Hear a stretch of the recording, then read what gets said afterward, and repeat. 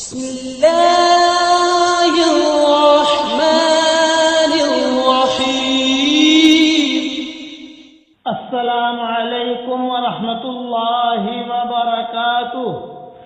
نحمده ونصلي على رسوله الكريم. اما بعد.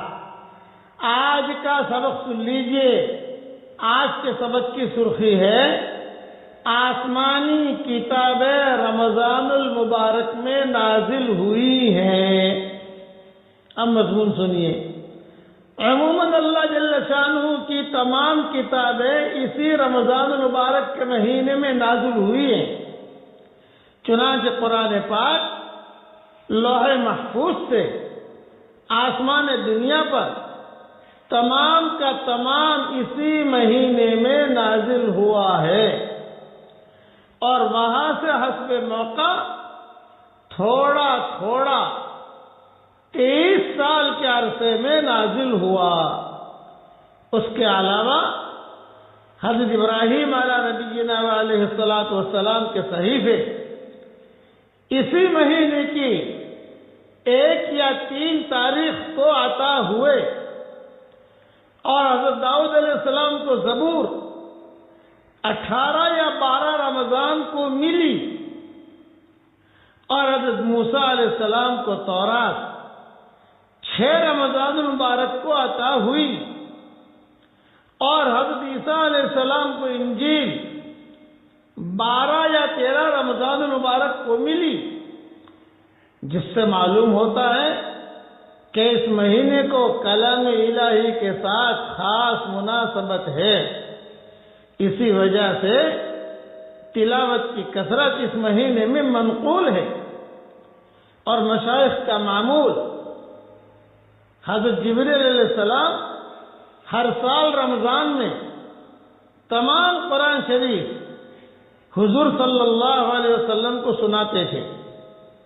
اور بعض روایت میں آیا ہے کہ حضور صلی اللہ علیہ وسلم سے سنتے بھی تھے. علماء نے ان دونوں حدیثوں کو ملانے سے قرآن پاک کے دور کرنے کا جو عام طور سے رائج ہے استحباب نکالا ہے.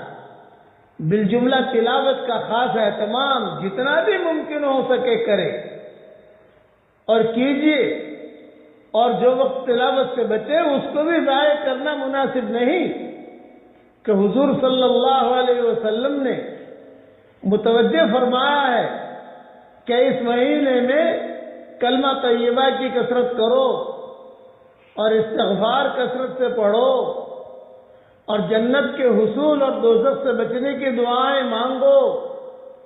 اس لیے جتنا بھی وقت مل سکے ان چیزوں میں صرف کرنا سعادت سمجھیے، اور یہی حضور صلی اللہ علیہ وسلم کے ارشاد مبارک کی قدر ہے. کیا دقت ہے کہ اپنے دنیا میں کاروبار میں مشغول رہتے ہوئے زبان سے درود شریف یا کلمہ طیبہ کا ورد رہے. اس لیے اس کا خاص خیال رکھیے کہ رمضان المبارک میں خوب قرآن پڑھیے. طبیعت اکتا گئی تو کوئی بات نہیں، استغفار پڑھیے، اب جو ہے درود شریف پڑھیے، یا جو ہے جنت مانگیے، جہنم سے پناہ مانگیے. اور ایک درخواست کروں گا کہ ہمارے ماحول میں قرآن پڑھنے کا تو ماحول ہے، لیکن ترجمہ ہم نہیں دیکھتے. اس لیے میں نے بہت آسان ترجمہ کر دیا ہے ریاض القرآن کا. بہت آسان ہے، کئی زبانوں میں یہ قرآن چھپ گیا ہے، ترجمہ چھپ گیا ہے. تھوڑا تھوڑا جب بھی موقع ملے 1 صفحہ 2 صفحہ ترجمہ بھی دیکھیے. میں نے الحمدللہ اتنا آسان کیا ہے ریاض القرآن کا ترجمہ کہ مقدمے میں لکھا ہے کہ اب بھی اگر قرآن کا ترجمہ نہ پڑھو گے تو حشر کے میدان میں یہ نہ کہنا کہ ہمیں کسی نے اتنا آسان کر کے نہیں دیا تھا. ترجمہ تو میں نے نہیں کیا، لیکن ترجمانی کی ہے تاکہ آدمی کو سمجھ میں آئے کہ اللہ کا خط اللہ نے کیا لکھا ہے. اس لیے قرآن بھی پڑھیے اور تھوڑا تھوڑا ترجمہ بھی دیکھیے.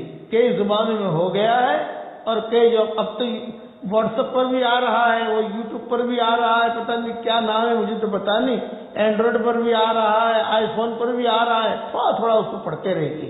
اللہ تعالی ہم سب کو قرآن سے، ہم سب کو اور ہماری قیامت تک کے آنے والی نسلوں کو اللہ اپنے قرآن سے جوڑ دے، آمین۔ اب پڑھ لیجیے میرے ساتھ، لا الہ الا اللہ وحدہ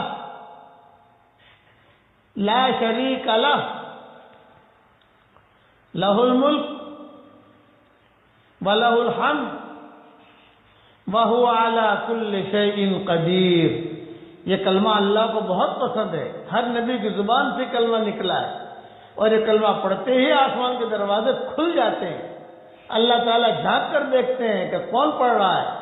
اے اللہ ہماری محنتوں کو قبول فرما، اور مسلمان مردوں اور عورتوں کے لیے حلال بستروں کا انتظام فرما، اور اس امت کے مردوں اور عورتوں کو حرام بستروں سے تو نجات دے دے، آمین۔ اور جو ناجائز عشق میں مبتلا ہو ان کو ناجائز عشق سے بھی نجات دے دے، اور تیری اور تیرے نبی کی محبت ان کے دل میں ڈال دے، آمین۔ السلام علیکم ورحمۃ اللہ وبرکاتہ، وآخر دعوانا ان الحمد للہ رب العالمین۔